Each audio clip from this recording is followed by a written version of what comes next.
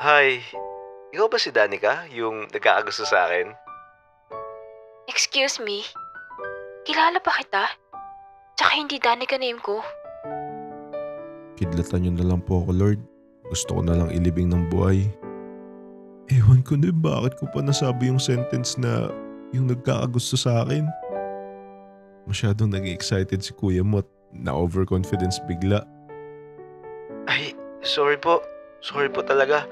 Kamukha niyo po kasi yung kausap ko online. Sorry po. Eme lang yun. Hindi ko talaga nakita itsura ng kausap ko sa TikTok. Anime nga yung DP niya eh. Ew, what the freak? Magda-drop out na lang siguro ko bukas. Mula ngayon, di na ako kakausap ng kahit sinong tao sa buong buhay ko. Promise yan. After niya sabihin niya sa akin, tumalikod na lang siya at dumiretso sa classroom niya. Nasa tabi lang pala siya ng room namin. Pero wala na akong paki doon.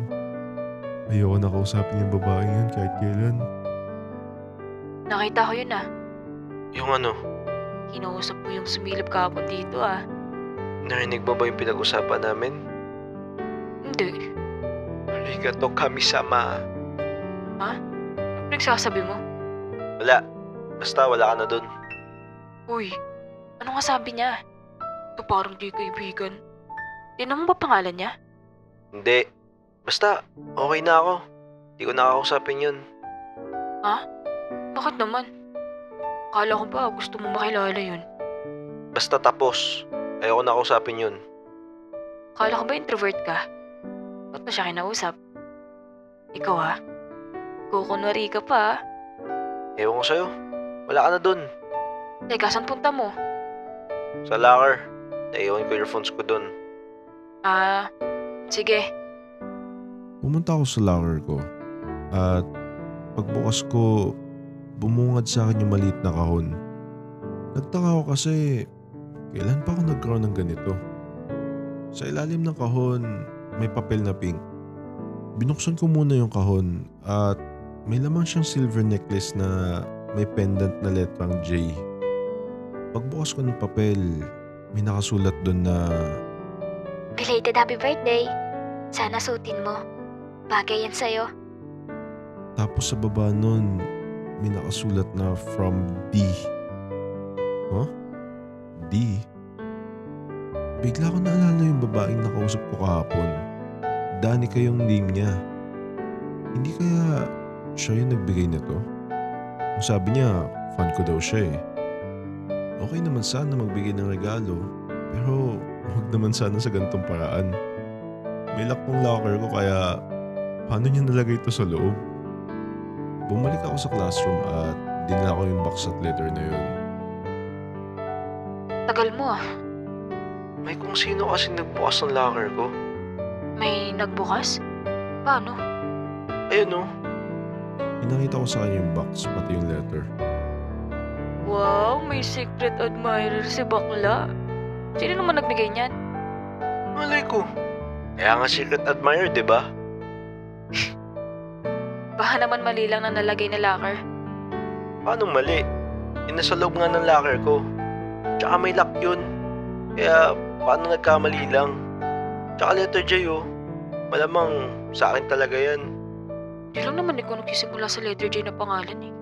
Sige, sabihin na natin hindi. Pero paano niya nalagay sa loob ng locker ko yan? Sino naman gagawa niyan? Malay ko. Sa'yo na nga lang yan.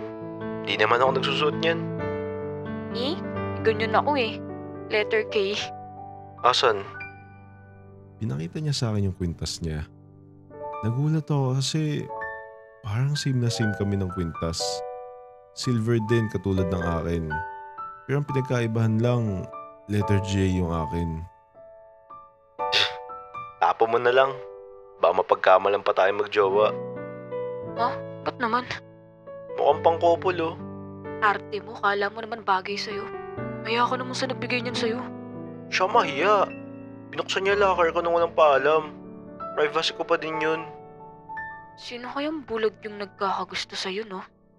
Ewan. Ganun talaga pag malakas ang dating. Ooh, Lakas talaga. Lakas ng putok.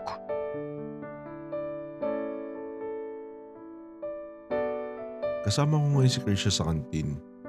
Nililibot ko yung paningin ko. Baka sakaling may mapansin ako. Ginagawa mo? May nahanap ka ba? Baka lang may mapansin akong kakaiba. Kakaiba. Yung stalker ko. Baka nasa paligid lang natin siya. Sa dami na tao, tingin mo ba mapapansin mo pa yun? Malay mo, nakasunod pala sa atin yun. Wow, artista lang ang peg. Alam mo naman kung sinong gwapo. Wala ka bang napapansin? Wala. Baliw ka lang siguro. Wala naman ako napansin. Wala naman kasi ako idea kung ano yung itsura niya. Ay, bahala na nga. Bumalik kami ng classroom ni Krisha. At pagbalik namin, may nakapatong ng inumin sa desk ko. Paboritong inumin ko to.